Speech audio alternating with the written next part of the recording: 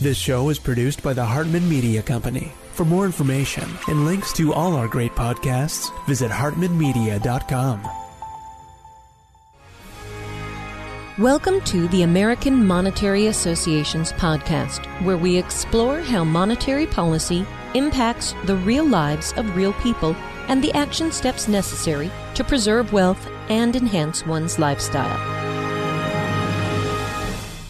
It's my pleasure to welcome a returning guest back to the show. He's been on many times. Kerry Lutz runs the Financial Survival Network, and he is an investment counselor.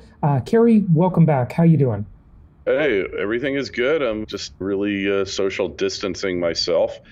I'm saving a fortune. I'm not making anything, but I'm saving so much that it's almost coming out even. Because you're not going out and spending money, right? Yeah, I used to buy lunch 3-4 times a week.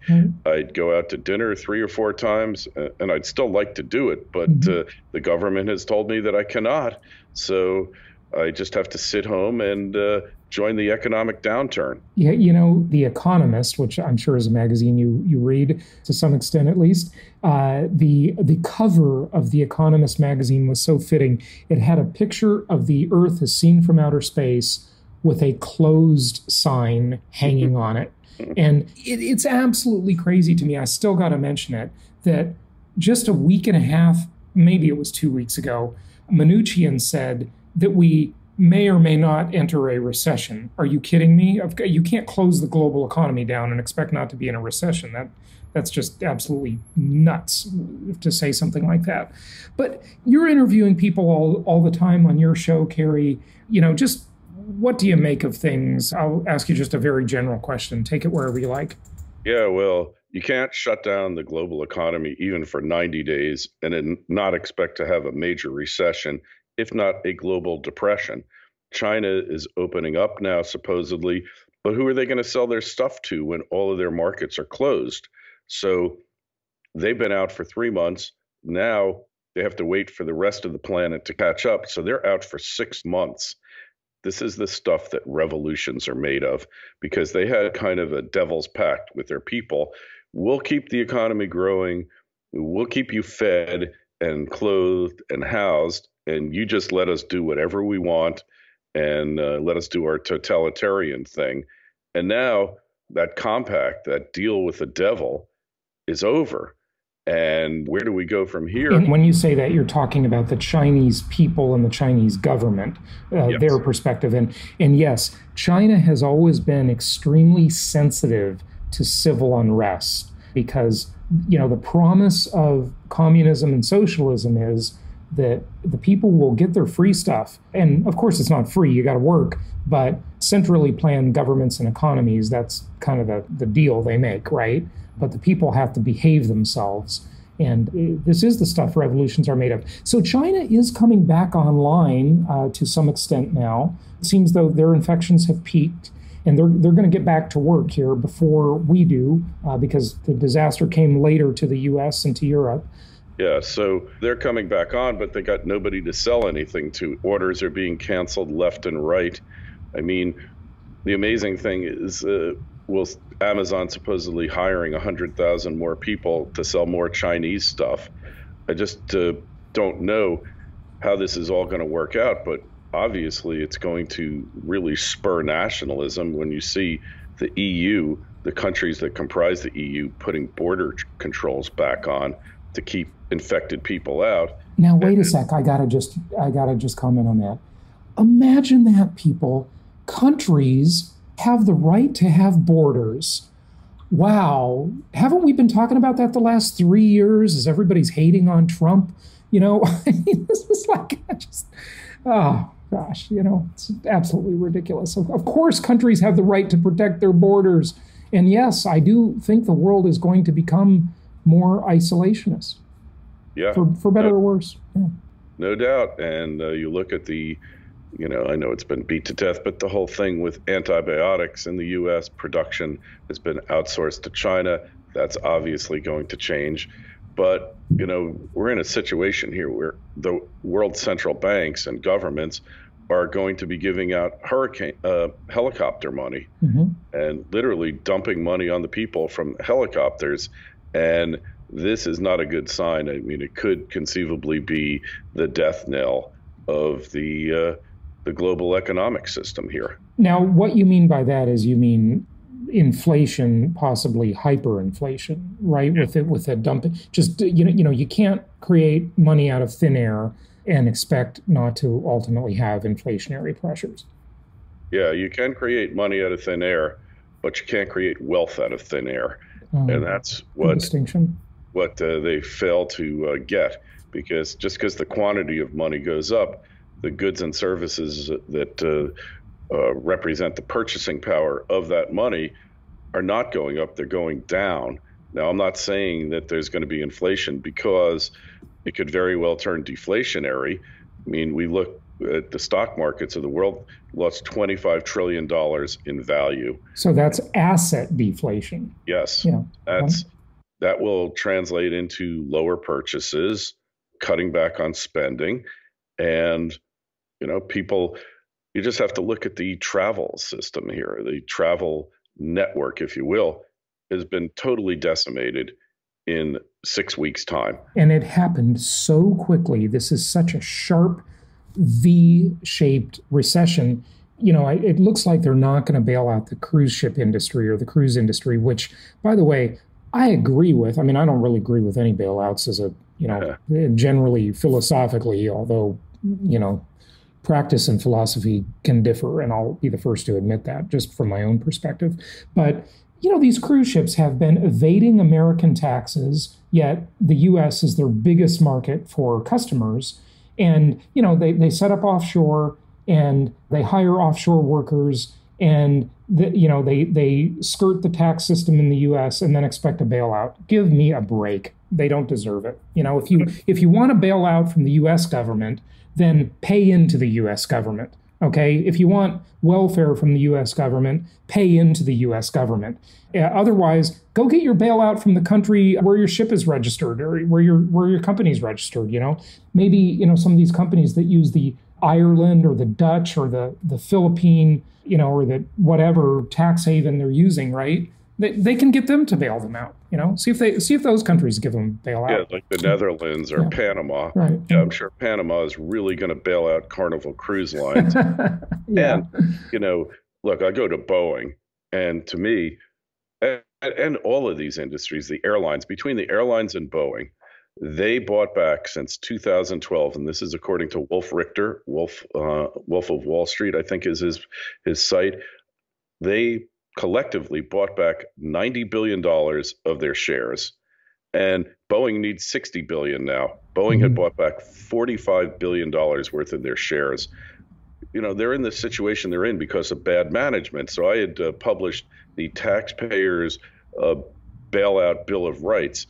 My feeling is, just like in 2008, well, they're letting Boeing's management stay there. The very people who got them there. Now, granted, the head, Muhlenberg, he left, but he left with an $80 million golden parachute. Yeah, it's ridiculous. These companies are scamming the taxpayers left and right. They abuse the system. American Airlines is a great example, right? They made a fortune during the good times. They didn't bother to save any money to speak of. They bought their own stock back, enriching themselves and creating a fake value for their stock, and got other, middle-class investors to buy in after the fat cats. And, now they go to the government and say, we need a bailout. Well, where's your savings account? Where's your contingency plan? It's ridiculous. Hey, and on that topic, all the while, so Boeing decides to buy back their stock rather than to invest in a successor to the 737, which was a 1960s vintage airframe, which they've maxed out. They've done a great job with. They really have. They've milked that plane for a long time. It hit its limits with the 737 MAX. Now, 10 years ago, they had the option of replacing that with a composite frame, much like the 787, and they chose. They didn't want to do the R&D. They just wanted to take the simple approach and do a 737 MAX. Yeah. Right, and then buy back their shares. So what? And we should be specific. When you buy back your company's shares, look at it this way: if you're making $200 and it comes out, you have 100 shares, then it's $1 a share. But if you only have 50 shares because you bought back the half of them, then you're making $2 a share. Your bonuses get triggered because they're basing it on earnings per share rather than the actual profitability of the company and free cash flow, which is the lifeblood of business.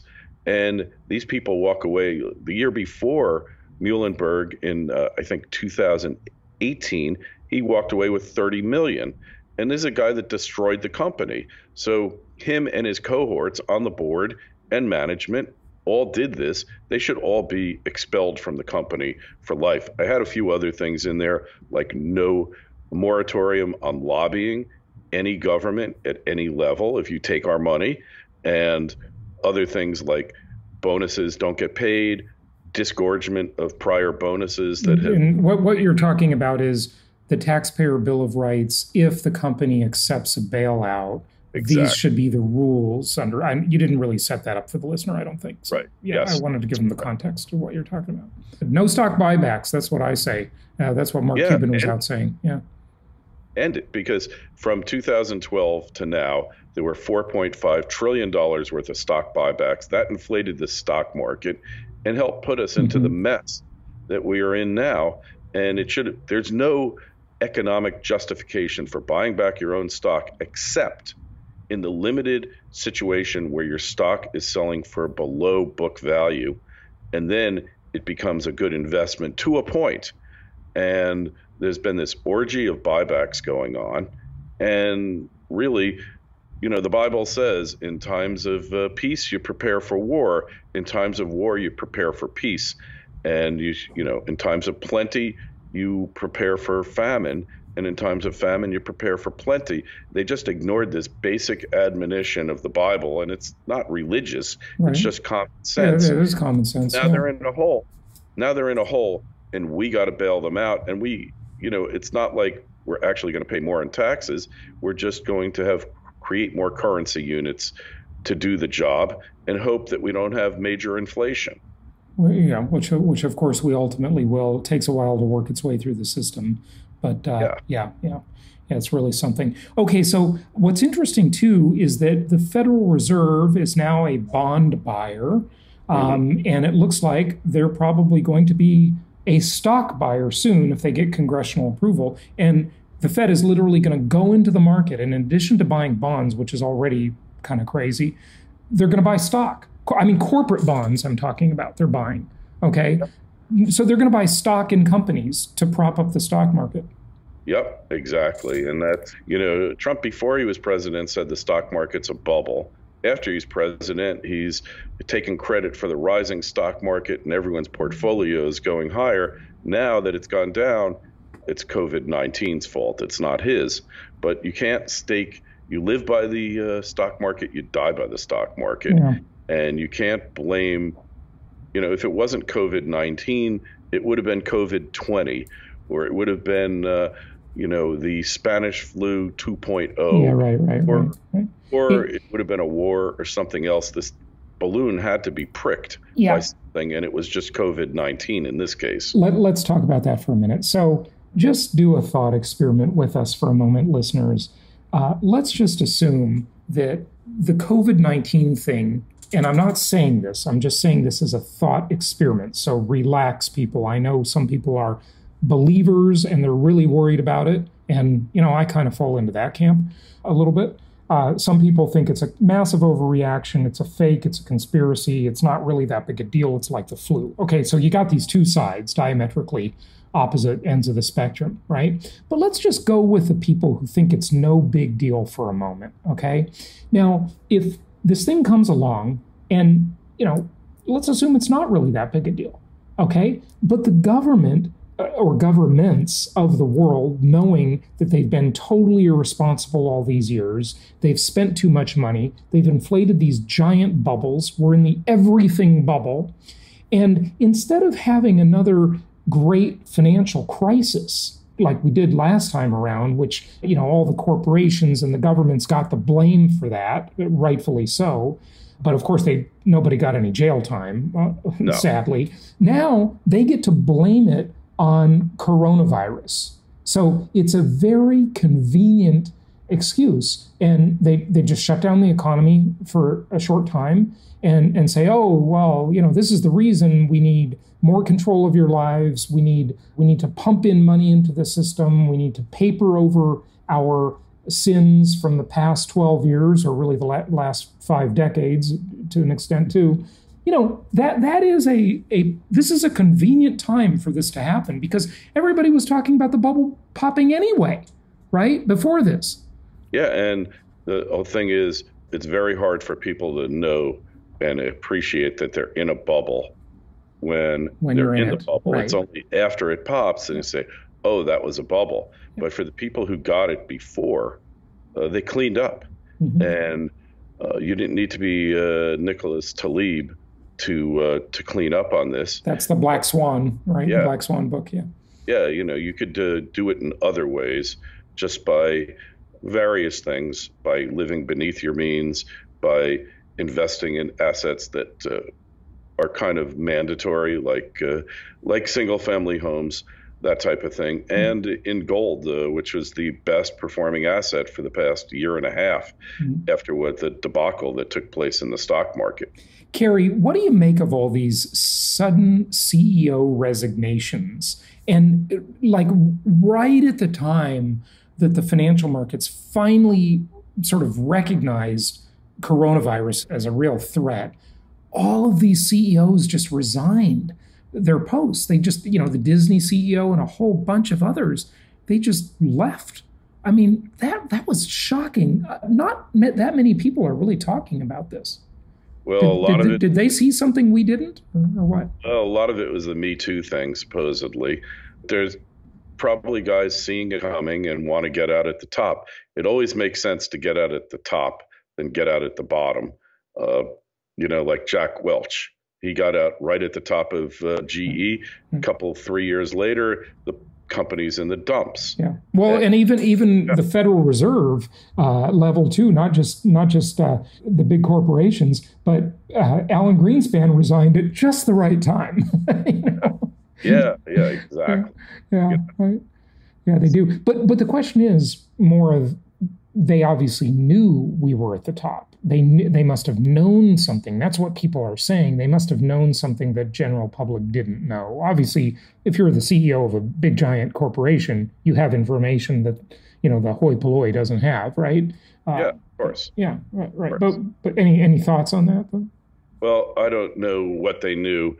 Eventually, every boom ends with a bust, and every bust ends with a boom. It's just the way of the financial markets. And you get to a point in your 60s, you start thinking about other things, about, hey, I've got a limited time left on the planet. There's other things I want to do. I've got to the top of the heap in corporate America, and now, hey, like the old cliche, I want to go spend more time with my family. Right.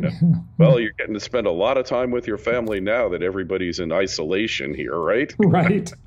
I've wondered if 9 months from now there will be either a mini baby boom or a bunch of divorces.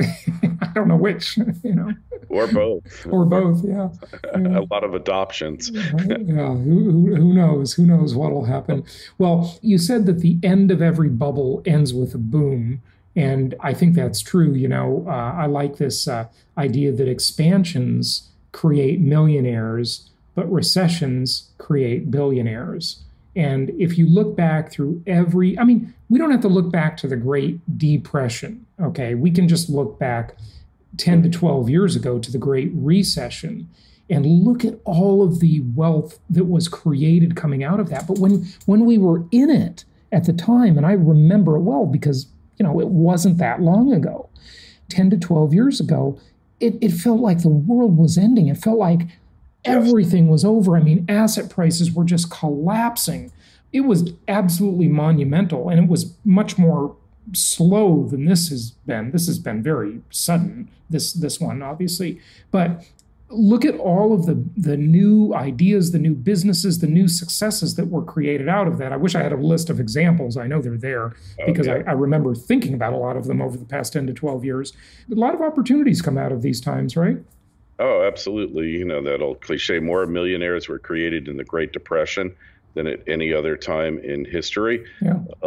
You know, these trends of various so-called essential industries coming back to the United States, the end of globalism, will definitely create opportunities that we hadn't seen before. And the other thing is, you know, I always refer to the U.S. dollar as the Taj Mahal of Baltimore. Mm-hmm. Well, meaning that the dollar isn't that great. It's just better than everything else, right? Is that what you're saying when you say that? The Taj Mahal of Baltimore. Good. Best house in the worst neighborhood, right? Got it. And, you know, so the fact is, though, that the rising dollar or the stable dollar, it might all come to collapse, but let's assume that it isn't going to, because you can't do anything if it is anyway. So let's just assume the dollar will carry on in some way or form, and more money is going to pour into the United States as a result. You know, this recession is very predictable. You and I have been predicting it for the past 8-9 years that we've been talking. We knew it was coming, and we knew it was going to be bad. And I said for the past decade that the next crash will be far worse than 08 and 09. 08 and 09 was really bad, but this is far worse. Oh, yeah. But out of the ashes comes a new world. And what you need to do is figure out the trends and get ahead of the trend. Look, this whole working from home thing, what's that going to do to the commercial real estate market? Terrible. Jason? It's just going to collapse in so many ways. Yeah. I mean, Kerry, I think this is, and people may disagree with me about this, but I think this is a generational mentality change. I don't think we will ever go back. I mean, and when I say ever, obviously memories fade eventually, right? But for a generation, or at least the better part of 10 years, to the hotel business being great, the travel business being great, concerts, big weddings, even funerals, you know, like everybody has become a germaphobe. And, you know, we probably should have been better germaphobes before. I've been on the leading edge of that. I'm a little bit of a germaphobe, you know, but not like this. Now I'm really Trump paranoid. is really ahead, because he'd even shake people's hands. When I met him, held off shaking his hand because I knew he was a germaphobe. And I went into the bathroom by his office, and there was a huge sign on the mirror: all employees must wash, scour, and disinfect their hands before coming back to the office. I remember reading that about Trump years ago, before half the country hated him, and half the country loved him. When we were leaving, we shook hands, and he insisted on shaking hands. But I didn't push that on him because I knew that was his thing. Well, for one thing. What year did you meet Trump, by the way? It's 2000. Yeah, okay. It was right before 9/11. Okay. And, you know, now you think, like, just think, all these people, hand sanitizer. I've got Lysol wipes in my car. I wipe my car down. You shouldn't tell people that. They might break into your car. Well, I'm leaving them showing too. Right, yeah. I got to tell you a funny story. So you know, I'm single and I do date, but dating's kind of been on hold because there's no place to go. And this one woman who I've been friendly with for a while, we had a date yesterday. We went to Sam's Club, and the highlight of the date was your date, Sam's Club. Okay. Yeah, we bought discount gasoline first. It's really cheap because gas is going down the drain. Right. No pun intended. Oil, meaning, oil prices are so cheap. It's like petrol. Less than half the price you need to have the oil industry come back. It's a disaster. Yeah. And then we went in there, and there was toilet paper, 45 rolls for $20, and there was paper towels. So this was like a bonanza date. It was a whole different way of relating, of courting, if you will, interacting on a date. That's, you know, it was actually a lot of fun. I didn't have to drop hundreds of dollars. We didn't have any wine. We didn't, you know, maybe we picked up a hot dog there, but that was it. It was like a whole different way. And I think that the way society relates to each other. Look, Jason, in our area here, I get this thing called spotcrime.com. And normally there'd be 5 or 6 incidents per day. Mostly minor thefts from people's yards and stuff like bicycles and no major crime. But now everyone's home. There's virtually no crime in the neighborhood any longer. I was thinking about that. I was thinking this would be a terrible era in which to be a burglar because everybody's home. Right. Well, you could obviously rob a commercial building because nobody's there. So I guess you could go in and, if you wanted to break into an office and steal something, you'd probably be fine. A little more generally, retail establishments, a little more fortified, but the opportunity exists. But because nobody's on the street, you see the traffic's it's disappeared. Hey, man, we don't need more highways. We just need a worse economy. And we got all the highways we need. And so anybody that's on the highway stands out like a sore thumb. And then I think also we have collective shock that has set upon the country and the world. And when you're kind of in shock, you don't really do much. And if your productivity is being a burglar or a criminal, your productivity's gone way down lately. So all those things form. Just look in our neighborhood here. People walking around. Always had people walking around and biking. But not like now. And you stop and talk to your neighbor. I know. It's very different. It's different. That's a great thing too. It is. We're so disengaged and disconnected from the people living 20, 30 feet away from us. And that's been a real negative of technology and of the suburban sprawl and other factors. Okay, and I got to ask you a question about that, suburban sprawl, okay? Look, you are from New York. Now, you lived in Westchester County, but I believe there was a time when you also lived in Manhattan, right? Yes. Okay, so the big trend that I've been predicting is that after this blows over, and it will, there is going to be a major mindset shift, and people are going to start moving to less densely populated areas that are safer. The suburban, I think we're going to see the rise of suburbia.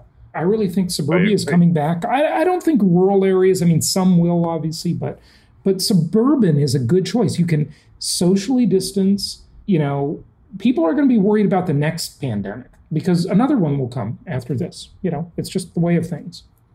Yeah, well, the places that have been hit worst by the pandemic, and that's not just this one, all are the most densely populated places, which also happen to be like New York and the major metropolitan areas. And LA and San Francisco. And guess what's coming next? The new hotspot is New Orleans.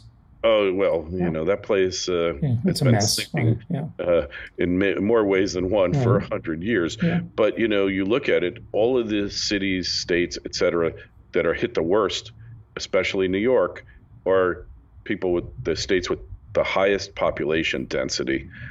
Massachusetts, New Jersey. New Jersey is the most densely populated state in the country, and has the most densely populated city in the country, which I think I remember it being Hoboken, but I could be wrong. Most densely populated city in the country.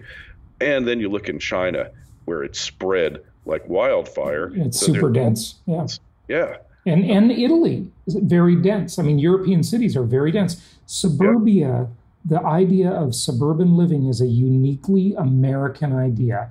And the reason that is true is because post-World War II, the baby boomers got busy and there was this huge development boom, and the sprawl began in the post-World War II life, and that's what created suburbia. And then there was, of course, the famous Levittown, which is like the suburban model, right? And America had the automobile. And we have this romance with the car in this country, and that's why we have suburbia. European countries, China, no other country really has a suburban concept in the way America does, and that's a great opportunity for real estate investors. Totally, especially with the price of energy coming down. And understand, energy prices have been coming down in inflation-adjusted terms for a long time. So it's just a continuation of the trend. And look, I don't know about you, but driving much less. So finding things in your neighborhood to entertain you and to connect with people is really a great thing. And it's like a hidden gem that we've all forgotten about. And the idea, like when you used to move to a new neighborhood and the neighbor had the welcoming committee, they would do a credit check on you, but they didn't talk about that. But the point is, it was a great thing. They brought you a cake and you felt like you were part of something. We've gotten away from that, and that's also the family. So this might be a real buildup for the family as well, because we're not out there trying to acquire everything. So the age of acquisition maybe is going to diminish substantially. Consumerism. And maybe go back to where we were in the 50s, which wasn't so bad. Yeah, right. No, hey, listen, I agree. I think there's a lot of good stuff that'll come out of this. The message for listeners, though, is you've got to look at things are moving around. Whenever this happens, wealth moves around. Things move around. Certain industries die, other industries are born. Certain investments really suffer and certain investments thrive. So that's what we're here to help you with. Kerry, give out your website. Oh, sure. It's and just let me make one comment before we wrap up. It's financialsurvivalnetwork.com. I started it in 2011. I was getting ready to rebrand because I'm saying, I'm just not relevant anymore. Right. Now you got a great name. Money, has jobs. And literally I was maybe a month away from a total rebrand. And here we are, Jason. Yeah, I know. And you know what? I'm keeping the name. Yeah. I think the name is good. For years during the Great Recession, my number 2 podcast of all the different shows that I run was the Holistic Survival Show. And the tagline is protecting the people, places, and profits you care about in uncertain times. And for the past 10 years, times have been pretty certain. Everybody's partying and spending and everything, looks good and rosy. But now that show has come back into popularity. So the Holistic Survival Show is now gaining ground, and I think your name is perfect for the environment. Eventually, narrow ties come back into style. Eventually, the wide ties come back into style. You and I are back in style here. That's right. Yeah. Not that we were ever out, but it's a huge drag to rebrand your show and your website and everything. I really didn't want to do it. Yeah. But my last parting message is, don't let this thing get you down. It's like a depression isn't just an economic depression. It is a mental state shared by the majority of the participants in society. And you can decide whether or not you're going to participate. There's a lot of good things, a lot of hopeful things. I mean, my son's been living with me for the past 2.5 weeks. It's been great. We kind of reconnected, and he's out there in the world making his way. But it's been a great experience, and I'm grateful for it. Yeah, no, there are lots of good things that come out of this. So thanks for sharing all this, Kerry, and be well, and we'll talk to you soon. All right. Thanks, Jason. Always great to come on the show. Happy investing. Thank you so much for listening. Please be sure to subscribe so that you don't miss any episodes. Be sure to check out the show's specific website and our general website, hartmanmedia.com, for appropriate disclaimers and terms of service. Remember that guest opinions are their own, and if you require specific legal or tax advice or advice in any other specialized area, please consult an appropriate professional. And we also very much appreciate you reviewing the show. Please go to iTunes or Stitcher Radio or whatever platform you're using and write a review for the show. We would very much appreciate that. And be sure to make it official and subscribe so you do not miss any episodes. We look forward to seeing you on the next episode.